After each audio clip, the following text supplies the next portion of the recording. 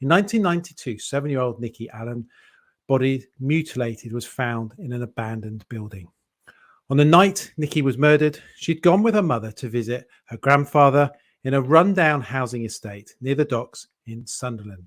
She'd had a great evening and she decided that she wanted to walk home on her own, not with her mother. So around 8:30, Nikki decided that she was going to leave her grandfather's address and set out on the short walk about 150 yards to her home address. She walked down a stairwell, along a short corridor, and out towards her house.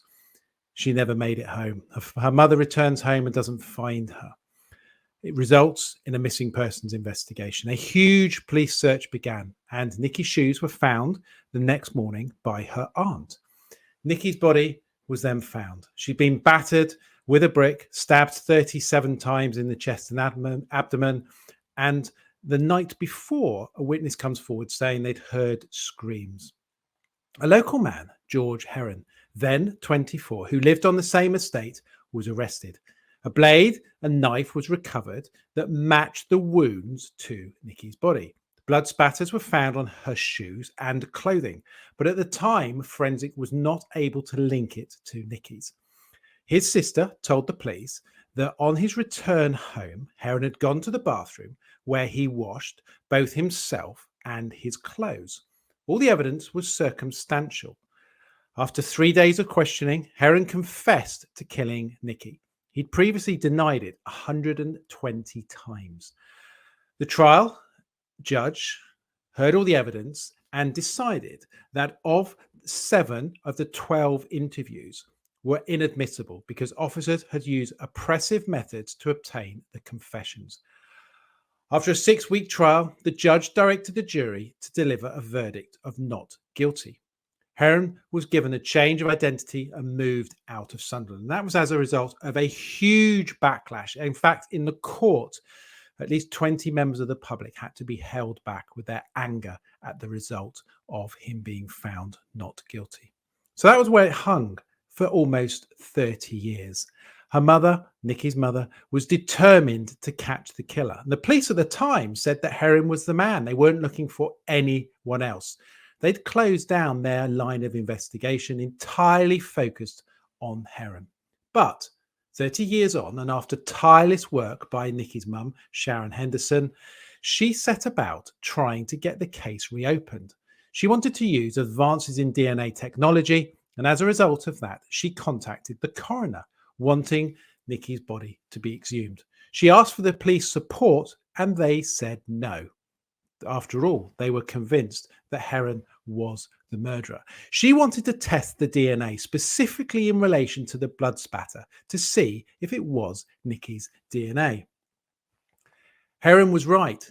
He never killed Nikki. It was in fact another man, a man called David Boyd.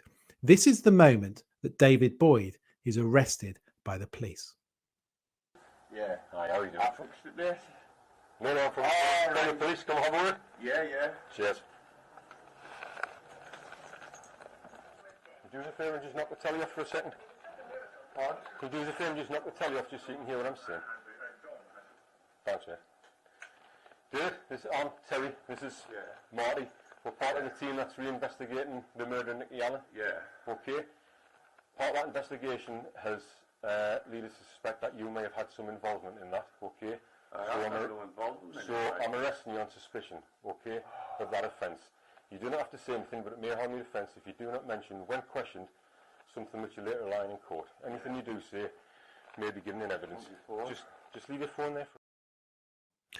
That's the moment that Boyd is arrested by the police as a result of them reopening the investigation as a direct result of DNA tests being carried out on hundreds, thousands of people living in that area. Let me give you the background. Boyd was 25 at the time of the murder, and his partner used to babysit for Nikki.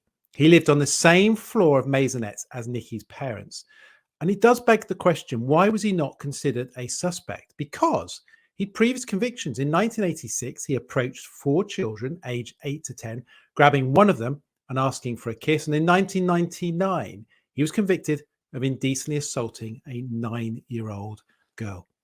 Yes, Any major investigation will tell you, and I've worked on many of them, will always tell you that actually there's a point to which, once you've looked at all the obvious suspects, you look at those sex offenders, particularly when it's a crime against a girl. When Sarah Payne was abducted, I worked on the avenue in terms of Surrey Police's investigation, and one of the tasks we were given on behalf of Sussex Police for mutual aid was to go and visit over a weekend every single sex offender that was on our patch. And we did that because we wanted to be able to eliminate every single one of those sex offenders from that line of inquiry.